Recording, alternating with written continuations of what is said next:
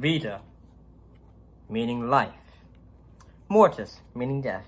In this case, we're looking at an episode of Farscape, called that. As I missed this, reading this episode, so we're making up for that. So, let's talk about the episode Vita Mortis.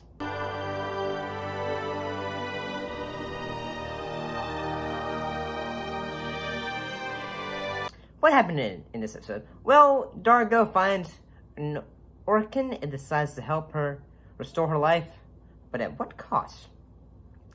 And honestly, I gotta say the makeup for this episode is honestly really good for this episode. But then again, I gotta say, Farscape, when it comes to the creature effects, the makeup is honestly really good for this show.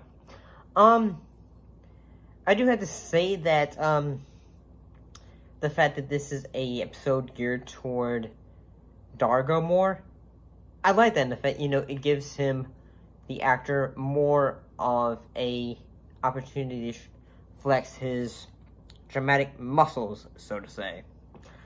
And I like that, honestly. It really is, a way to, show, hey, Dargo's not just the dude who goes, grrr, or the dude who just goes, say, no, or something like that.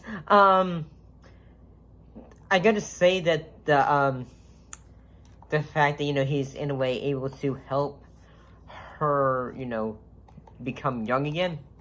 And at the first thought, say when it's revealed, she is going to, use his life force, I kind of thought, okay, she's eventually going to try to, kill Dargo because, okay, she has gained, gained youth, sort of like how in, what was it, Hocus Pocus? Behold!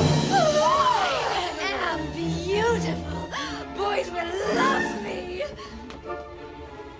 We're young! Well, younger. But it's a star! Where, the Sandra sisters become young again. And I do have to say, that this episode is interesting, and it has some great acting, honestly. I can breathe. I can feel. You are glorious. We are glorious. We must celebrate.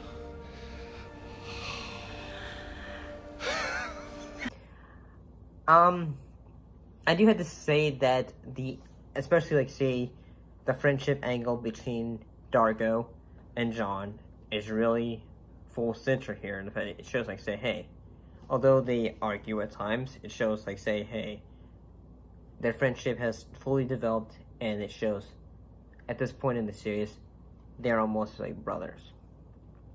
And honestly, I kind of like that. It shows how, even though John is still human, and he still thinks, his whole perspective of this is, hey, even though, an Orkin is basically, the high priest of the Luxons, I think his perspective is, he probably saw a lot of, religious snake oil folks when he was on Earth, and felt is she one of those, perhaps?